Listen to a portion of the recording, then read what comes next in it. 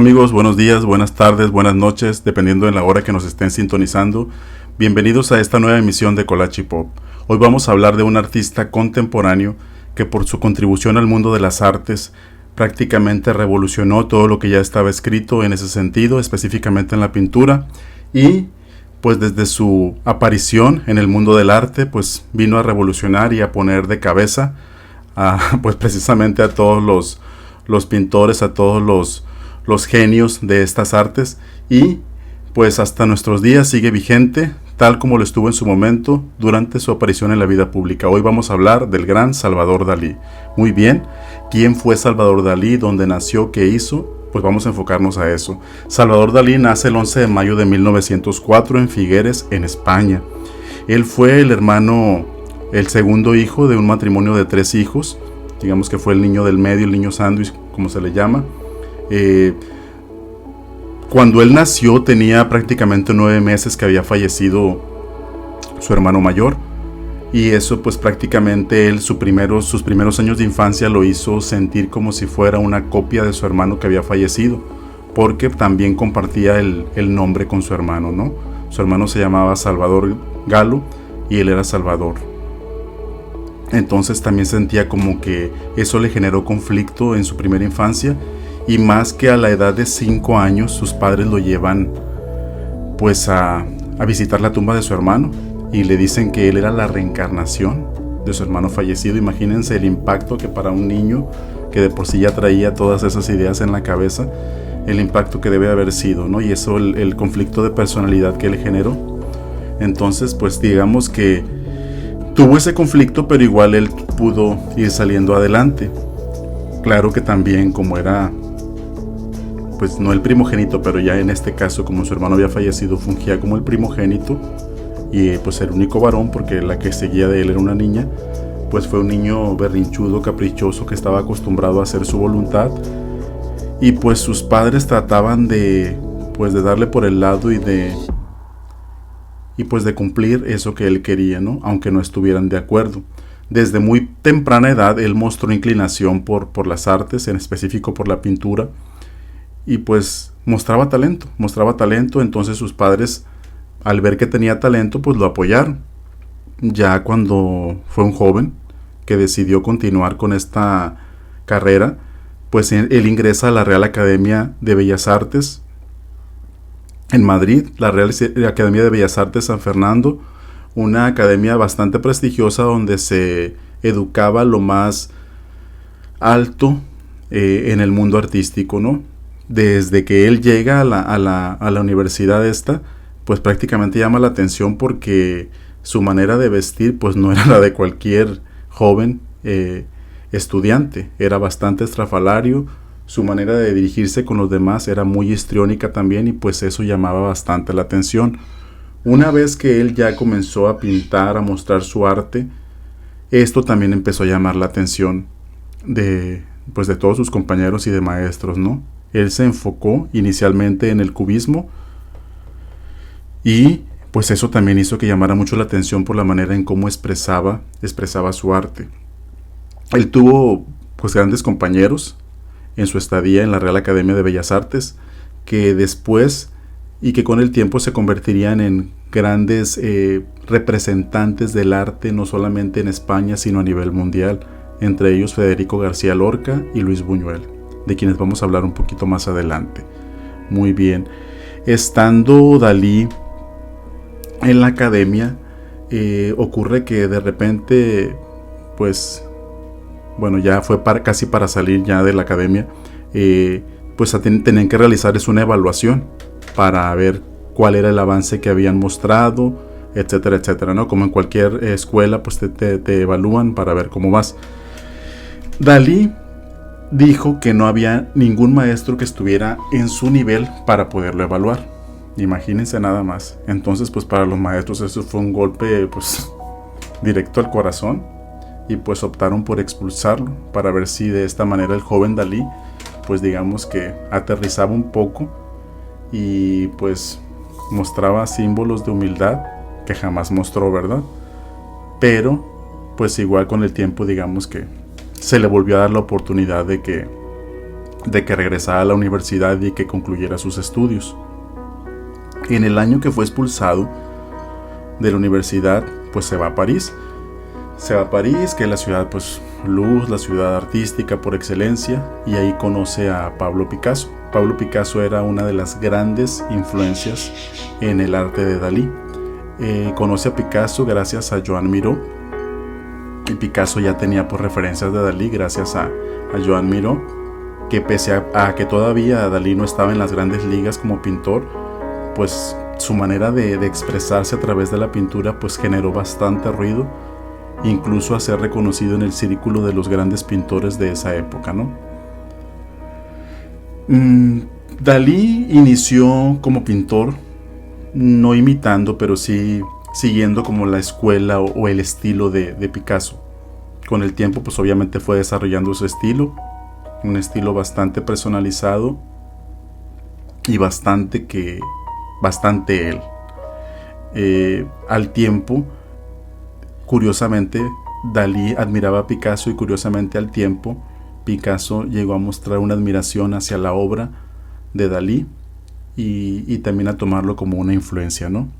En ese tiempo, en ese periodo también, es cuando Dalí decide adoptar su tan conocido y distintivo mostacho, que lo llevaría hasta el final de sus días, ¿no? Esto en un claro homenaje a Velázquez, de quien él también era admirador y a quien respetaba como artista.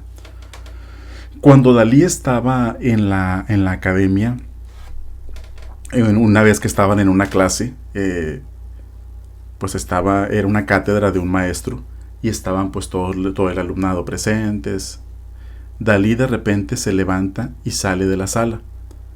Al salir Dalí de la sala, pues inicia una revuelta bastante violenta en la universidad, y todos los maestros, los directivos, consideran que era como el banderazo de salida para que iniciara esta revuelta. Entonces Dalí es apresado, lo detienen por un tiempo por incitar a una revuelta, que esto pues no estaban seguros de que haya sido así, pero pues para ellos fue un claro ejemplo de que esto significaba.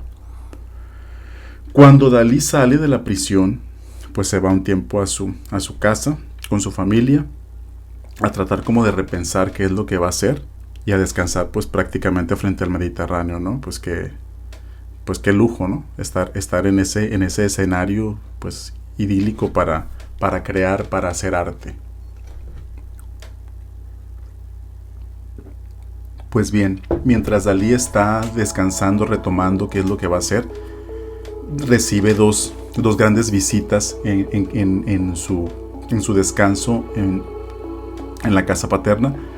La primera de ellas es la de su gran amigo Federico García Lorca, que le pasa una temporada con él ahí y con la familia en el Mediterráneo, y escribe su tan conocida Oda a Salvador Dalí, que años más tarde iba a publicar. Y esto de alguna manera genera como una especie de ruptura o de distanciamiento con Salvador, porque pues Salvador no podía corresponder a los intereses amorosos de García Lorca. Entonces digamos que poco a poco se va generando esta ruptura con ellos, pero pues esta oda queda plasmada para la historia, ¿no? De lo que simbolizó, de lo que representó Dalí en la vida de García Lorca. Un poco tiempo después recibe la visita de su otro gran amigo Luis Buñuel. Entonces cuando él lo visita empiezan a escribir un guión cinematográfico que todo el mundo consideraba extraño y atípico, y que con el tiempo se volvería el filme Un perro andaluz, que prácticamente revolucionaría la manera de presentar y de plasmar las imágenes oníricas, y un surrealismo totalmente viviente en este filme.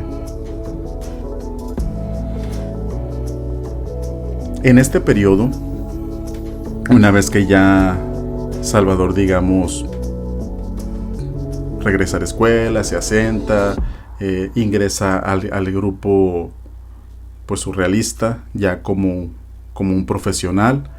En este periodo, Dalí conoce a quien sería más adelante su futura esposa y musa y su media naranja, Elena Ivanova Diakonova, o mejor conocida como Gala, que sería la mujer de sus sueños, la mujer que lo acompañaría pues hasta el final de sus días, bueno, de los días de ella, porque ella era mayor que él, 11 años, y era una inmigrante rusa que prácticamente fue amor a primera vista cuando se conocieron y se volvieron inseparables, no solamente en la cuestión sentimental, sino artística. Y una vez que se une al grupo afincado en París del surrealismo, Dalí crea su muy conocido y famoso método paranoico crítico, que supuestamente o se dice que ayudaba a acceder al inconsciente, liberando energías artísticas creadoras. Este método Dalí lo emplea o lo utiliza cuando vuelve a colaborar nuevamente con su amigo Luis Buñuel en el filme La Edad de Oro. Y esto pues también ahí muestra otra visión, ahora con el método paranoico crítico y acceder al inconsciente y liberar lo que es la creatividad. Para 1931, Dalí realiza la que muchos consideran, si no la más célebre, pues una de sus más grandes contribuciones al arte, su pintura La persistencia de la memoria, o la que algunos también conocen como Los relojes blandos, obra en la que, según algunas teorías, ilustró su rechazo del tiempo como una entidad rígida o determinista. Esta idea se ve apoyada por otras imágenes de la obra, como el extenso paisaje o algunos relojes de bolsillo devorados por insectos. Los insectos, por otra parte, formarían parte del imaginario daliniano como una entidad destructora natural, y tal como explicó en sus memorias, venía determinada por su recuerdo de infancia. Una vez que la Segunda Guerra Mundial pues llega con todo a Europa y empieza a arrasar las grandes ciudades y todos los pueblos, Dalí huye con su esposa Gala a los Estados Unidos, donde prácticamente pues viven alrededor de 8 años y se enfocan básicamente a todo lo que implique pues ganar dinero, ¿no? Allí, aunque fue una época bastante fructífera en lo económico para Dalí, muchos críticos lo ven como una época en la que se difuminó el arte de Dalí para enfocarse solamente a la cuestión consumista, el ganar, el enfocarse al ganar, deja de lado la pintura y se vuelca más que nada en el diseño y en artículos comerciales, que era lo que estaba de moda en los Estados Unidos y era lo que él estaba pues representando, un ingreso económico bastante elevado para llevar esa vida holgada que a él siempre le había gustado llevar. Un poco después él regresa a España, estando ya Franco en el poder, este dictador que hizo estragos en España. Estando Franco en el poder, Dalí regresa y vuelve a su antiguo catolicismo que había dejado por un tiempo. No se sabe si fue realmente por convicción o solamente por abrazar la doctrina que Franco pregonaba en toda España, ¿no? Para muchos por eso Dalí es un convenenciero que se deja llevar por el momento y digamos que va como una veleta dependiendo del gobierno, dependiendo de la ideología, y para que eso no le afecte, ¿no? Y de hecho con Franco le dio resultado porque pues lo dejó trabajar libremente, no se metieron con él, caso contrario a lo que le sucedió a su amigo Federico García Lorca, que fue ejecutado por estar en contra de este régimen, ¿no? Entonces pues prácticamente Dalí se enfocó en pues subsistir posiblemente y en seguir creando, ¿no? En seguir aportando arte o conocimiento en lo que él sabía hacer. Y aunque ya no era el Dalí de los viejos tiempos que mostraba todo el surrealismo en su máximo esplendor, siguió de repente pues mostrando un poco ese Dalí que ya había quedado en el pasado, pero que aún seguía haciendo ruido en el mundo del arte contemporáneo. Hay una frase que dice: el surrealismo soy yo. Muchos la atribuyen a Salvador Dalí, Y aunque no está comprobado que él haya dicho, es tan surrealista como tal esta frase, que lo más seguro es que sí haya sido él quien haya dicho esta frase. Dalí fue el surrealista más popular en su momento y se convirtió en uno de los exponentes mundiales más grandes del arte contemporáneo, ya fuera como un genio en cuanto a su arte o como un artista estrafalario. Su legado no pasa inadvertido incluso hoy en día, y no podemos más que estar maravillados con la perfección técnica y el imaginativo contenido de su arte. Eso simboliza y eso representa a Dalí hasta el día de hoy. El artista convierte su propia persona, su entorno y su figura en un arte, en una obra de arte múltiple. Se vuelve él un performance en todo lo que hace, a donde se dirige, discurso que se presenta, alguna entrega que se presenta de premios, alguna revelación, etc. Siempre muestra un performance a donde va, y con esto logra su cometido como el buen megalómano y narcisista que era, de ser el centro de atención, de llamar la atención de los demás. Siempre su manera estrafalaria, su manera de aparecer en algún lugar, siempre se tenía que hablar de eso porque era lo que él buscaba, y pues lo lograba, ¿no? Y lo logró de tal manera que hasta hoy día le seguimos recordando de esa manera y se sigue hablando de Salvador Dalí. Cuando él muere, pues da otra estocada a lo que se esperaba que sucediera, ¿no? Siguió haciendo ruido después de muerto. ¿Por qué? Porque lega prácticamente todo su patrimonio al Estado español, y de esta manera, después de su muerte, pues crea enconadas polémicas, porque pues nadie se esperaba que esto se suscitara, ¿no? Dalí tuvo dos grandes influencias en su vida artística e incluso en su vida personal, que fueron Picasso, como ya les había mencionado en un principio, que fue el que le mostró el camino hacia donde él quería seguir. Dalí lo tomó y lo transformó. Y otro fue Sigmund Freud, otra gran influencia para él, a quien en 1938 Dalí pudo conocer gracias a un amigo escritor en común, que le hizo pues prácticamente pues enfrentarse a ese ídolo que siempre había tenido, por toda esta cuestión de la personalidad, del inconsciente, que a Dalí siempre le llamó la atención gracias a la figura de Sigmund Freud, y pues tuvo la oportunidad y la posibilidad de encontrarse con él. Y fue tan fructífero, digamos, ese encuentro, que Freud llegó a mencionar en su propio diario: hasta entonces me sentía tentado de considerar a los surrealistas, que aparentemente me han elegido como su santo patrono, como locos integrales. Aquel joven español, con sus espléndidos ojos de fanático e innegable dominio técnico, me movió a reconsiderar mi opinión. Y esto pues fue un gran halago para Dalí, que incluso plasmó a este santo patrón del surrealismo en varias de sus obras, ¿no?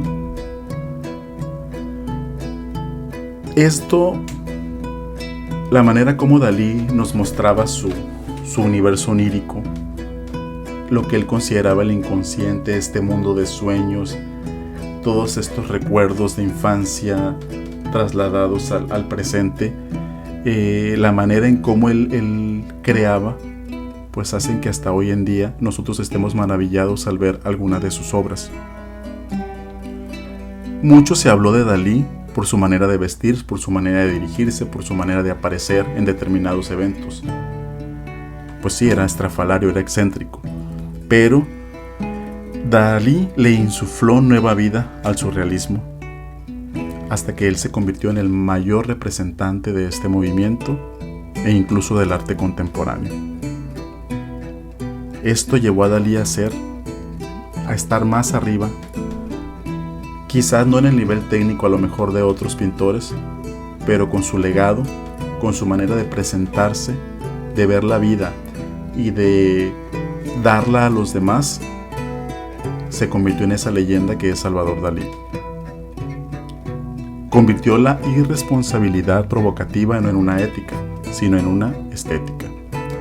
Pero sí una estética lúgubre, donde lo bello ya no se concibe sin que tenga el inquietante fulgor de lo siniestro. Y esto es obviamente bastante enriquecedor, porque nos muestra todo ese compendio de ideas, todo ese universo de sueños que Dalí refleja en sus obras y que a nosotros nos hacen cuestionarnos al mirarlas. ¿Qué tanto hay de cierto en lo que vemos, en lo que creemos, y qué tan poderoso puede llegar a ser el inconsciente? Esto era y esto sigue siendo Salvador Dalí, a quien le debemos esa obra onírica, maravillosa y perturbadora que nos mueve a compenetrarnos en ella y a dejarnos llevar, incluso hoy en nuestros días. Pues bien, amigos, de mi parte sería todo. Muchísimas gracias por acompañarnos en esta emisión de Kolache Pop, donde recordamos al genio surrealista Salvador Dalí. En el próximo episodio hablaremos de un personaje que no fue real, pero que su sola presencia en el mundo animado insufló o llenó de vida una generación que incluso hasta nuestra época sigue motivando y sigue siendo conocido por otras generaciones, y hasta el día de hoy permanece, y por eso vamos a hablar de esta figura, de este personaje, pero eso será hasta nuestra próxima emisión. De momento sería todo, nos vemos pronto.